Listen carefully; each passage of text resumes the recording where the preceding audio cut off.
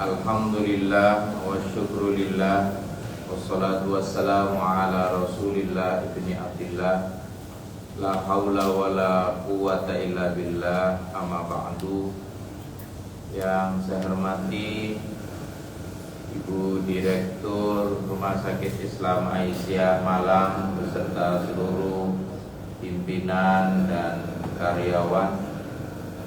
Yang saya hormati pula para dokter, para perawat dan pasien serta keluarga. Yang saya hormati pula jamaah Masjid Al-Furqan Rumah Sakit Islam Aisyah Malang rahimahumullah. Kita syukuri dengan umur yang terukur dan dengan nafas yang terbatas, semoga kita semuanya selalu bisa menjadi abdan syakuro, hamba yang pandai bersyukur dan sekaligus menjadi abdan soburo, hamba yang pandai bersabar. Tidak terasa kita sudah masuk bulan Jumadil Awal tanggal 19. Bulan depan bertepatan dengan bulan Desember penutup tahun, kita masuk bulan Jumadil Akhir. Jumadil Akhir dan memang akhir tahun. Buka tahun baru Masehi 2025 di bulan Januari nanti, kita bertepatan dengan bulan Rajab, Isra Mi'raj, dan lalu Sya'ban dan Maret insyaallah bulan Ramadan. Mudah-mudahan Allah panjangkan umur kita semuanya. Kaitannya dengan panjang dan pendeknya umur, Rasulullah SAW pernah bersabda, khairun nas man tala umruhu wa hasuna amaluhu. Sebaik-baik manusia itu adalah yang panjang umurnya dan bagus amal perbuatannya. Sebaliknya kata Nabi, wa syarrun nasi man tala umruhu wa syarru amaluhu. Seburuk-buruk manusia itu adalah yang panjang umurnya tapi buruk amal perbuatannya. Di masjid ini siapa yang paling panjang umurnya?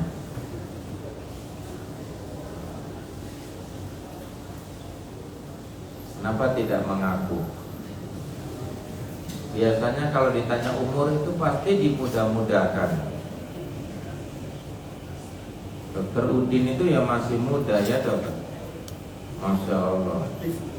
Nah coba itu kan, kalau ditanya itu ya masih 17 tahun Pak gitu kan, sweet 17 sisanya. Nah kira-kira gitulah ya. Padahal kita juga tidak tahu tambahnya berapa ya. Maka ketika kita punya niat baik itu tidak usah nunggu umurnya panjang. Karena ternyata baik dan buruk itu kata Nabi bukan perkara umur. Karena tadi itu sama-sama panjangnya umur itu. Tapi tambah umur itu bisa saja tambah dosa. Jadi enak mana? Yang cepat mati atau yang gak mati-mati? Wah ini pilihannya berat juga Ustaz ini. Gimana kira-kira? Suatu saat Nabi Ayub itu ketika sakit, dan sakitnya itu memang bagian dari ujian. Nabi Ayub itu dulu juga kaya raya, sawah ladang seluas mata memandang. Kalau istilahnya sekarang itu oma gedong magrong magrong, susun telu montor pitu, karet milih sakarepmu. Ontanya tidak terhitung, dombanya juga sama, anaknya juga banyak, dan kemudian di tengah-tengah kekayaannya itu setan itu ingin menguji, menggoda dan minta izin kepada Allah. Ya Allah, aku izin untuk menggoda hamba-Mu ini. Silakan. Mulai dari yang pertama, anak-anaknya sakit dan kemudian meninggal. Setan itu pun kemudian berwujud jadi manusia dan bertanya, wahai Ayub, anak-anakmu mati satu demi satu, bagaimana perasaanmu? Kata Ayub, alhamdulillah. Bagaimana punya anak, kalau anaknya meninggal kok alhamdulillah? Padahal kita rata-rata innalillah kan? Kan tambah marah itu kan setan tuh. Kenapa kau malah bersyukur wahai Ayub?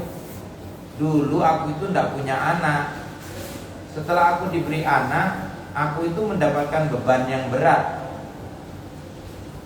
Nah sekarang yang memberi anak mengambil anakku lagi, maka ya aku serahkan. Berarti Allah telah meringankan bebanku.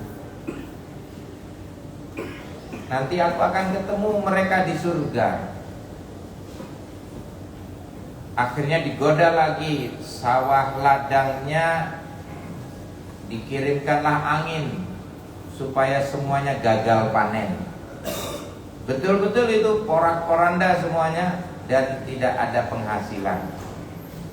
Menjelma lagi setan dan mengatakan, wahai Ayub, itu ladangmu sudah hancur semua. Bagaimana kau gagal panen? Aku tidak bersedih, karena dulu aku juga tidak punya sawah dan ladang. Dulu aku diberi oleh Allah. Sekarang begitu ladang itu diambil, dihancurkan, ya kembali aku tidak punya lagi. Dan aku tidak terbebani untuk menggarapnya lagi. Tambah marah lagi setannya. Dan kemudian dia ganti lagi dengan yang lain. Unta dan kambingnya dikirimkanlah angin yang menghembuskan pasir yang ada di tanah lapang. Dan akhirnya unta dan dombanya itu pun kelilipan. Kalau bapak ibu kelilipan biasanya yang niup siapa? Suruh temannya kan, kilo aku kelilipan kilo sebol nopo gitu. Kalau unta sama domba kelilipan siapa yang nyebut? Enggak ada kan? Matilah mereka itu karena kelilipan. Makanya hati-hati bapak ibu, jangan sampai kelilipan ya. Apalagi kelilipan duit, lah itu bahaya. Itulah matilah semua. Udah anaknya mati, unta dan kambingnya meninggoy, seluruhnya meningsoy. Terus bagaimana? Sudah begitu dibikin sakit lah, namanya sakit kulit yang sangat parah.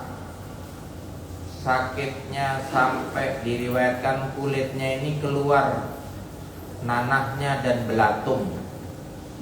Kalau mungkin kita ada yang sakit kulit panu, kadas, kurap, itu biasa.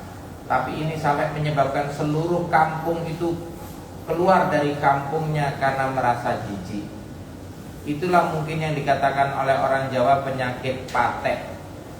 Maka kalau ada orang yang gak mau sama sekali, itu mereka akan mengatakan ora paten.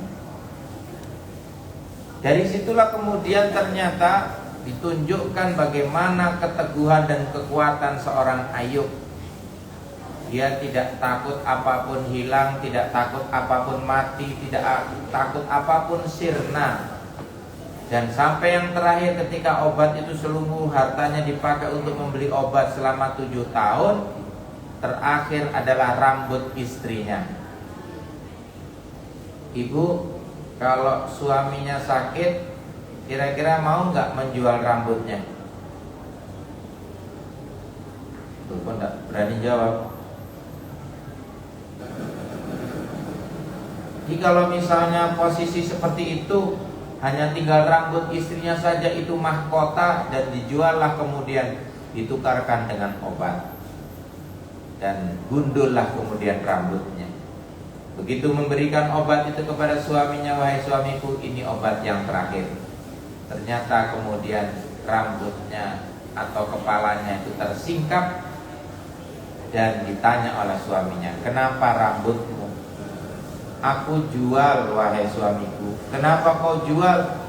Karena obatnya tidak ada lagi untuk biayanya. Inilah yang terakhir. Ditanya sama suaminya, berapa tahun aku diberikan sehat? 70 tahun, bang. Terus aku diberi sakit berapa tahun? 7 tahun. Banyak mana 70 tahun dengan 7 tahun?